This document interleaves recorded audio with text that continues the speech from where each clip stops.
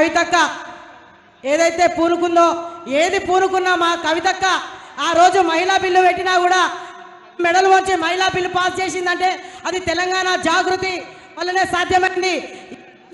ఏదైతే మహిళల బహుజనులకు ఆద్యమైన డాక్టర్ అంబేద్కర్ రోజు అంబేద్కర్ ఏదైతే పెట్టిరో ఆయనకు గురువైనటువంటి జ్యోతిరావు పూలే విగ్రహాన్ని అసెంబ్లీలో పెట్టి దీక్ష పూరుతుందో మాకు దానికి బహుజన ఏదైతే మనం అంబేద్కర్ పూలే విగ్రహాన్ని అసెంబ్లీలో పెట్టేంత వరకు ఏప్రిల్ 11 లోపల ముఖ్యమంత్రి రేవంత్ రెడ్డి గారు ఏదైతే ఉందో చేసే విధంగా దానికి సంఘీభావం తెలపాలి.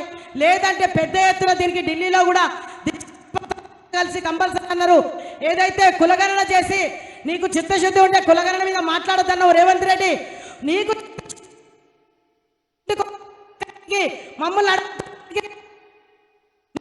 అడుగున్నది మొత్తం ఏదైతే లెక్కలు అడిగినామో మేము ఇంటికి వచ్చినప్పుడు మా ఇంటికి వచ్చి లెక్కలు అడిగిరో అప్పుడు మేము మా ఇంటికి వచ్చి కులగణన లెక్కలు అడిగినప్పుడు మేము ఎట్లయితే స్వాగతించినామో మాకు అడిగే హక్కు ఉంది, మాకు అడిగే రైట్స్ ఉన్నాయి. మా జనాభా ప్రాతిపదికన మాకు సీట్లు కావాలని కంపల్సరీ అడిగే హక్కు ఉంది.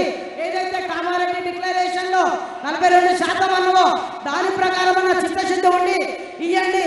ఏదైతే మహిళా తెలంగాణ జాగృతి ఆధ్వర్యంలో మా కవితక్క 3 వేరు వేరు బిల్లులు పెట్టాలన్నదో దాన్ని అసెంబ్లీలో 2 బిల్లులు పెట్టిరు. అది కూడా గవర్నర్కి లేఖ పంపి నీ చిత్తశుద్ధి ఏందో నిర్ణయించుకో బిడ్డ, అప్పటికే ఏదో సాధించినాము ఏదో మేము పొడిచినాం అన్నట్టు ర్యాలీలు చేసుకుంటారు, పాలాభిషేకాలు చేస్తారు. ఇది కాదు పాలాభిషేకం. మా మహిళా బిల్లు కానీ ఏ కులగణన సర్వే కానీ అవన్నీ చేపడితేనే మా రిజర్వేషన్ దిశగా పోరాడాలి. లేదంటే ఢిల్లీ వరకు కూడా వెళ్ళి ఏదైతే ఈరోజు ఒకరోజు దీక్ష పెట్టినామో ఇదే దీక్షని ఢిల్లీలో కూడా నిరవధ దీక్ష పెడతామని మా కవితక్కకు మేమందరం బహుజనులము అండగా ఉంటామని తెలియజేస్తూ మాకు ఈ అవకాశాన్ని ఇచ్చినందుకు ధన్యవాదాలు. Thank you so much. ధన్యవాదాలు అక్క. జై తెలంగాణ, జై తెలంగాణ.